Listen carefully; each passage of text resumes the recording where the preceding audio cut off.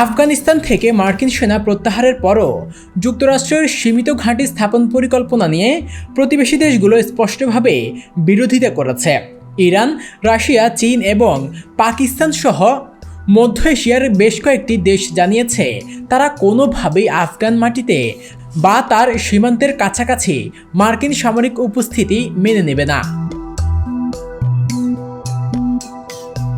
The business স্ট্যান্ডার্ডের প্রতিবেদনে বলা হয়, যুক্তরাষ্ট্র আফগানিস্তানের সন্ত্রাসবিরোধী অভিযান ও গোয়েন্দা নজরদারি চালানোর জন্য একটি স্মার্ট বেস স্থাপনের পরিকল্পনা করেছে।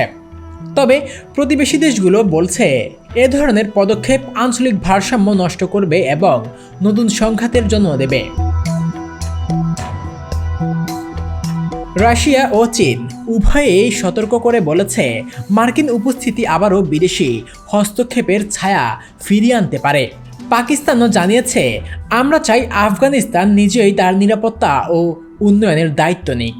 বিশ্লেষকরা মনে করেন আফগানিস্তান বর্তমানে কৌশলগত প্রতিযোগিতার কেন্দ্রবিন্দুতে, যেখানে প্রতিটি দেশ নিজেদের প্রভাব ধরে রাখতে চাইছে। যুক্তরাষ্ট্রের সম্ভাব্য ঘাঁটি স্থাপনের উদ্যোগ সেই উত্তেজনাকে আরও বাড়িয়ে দিতে পারে।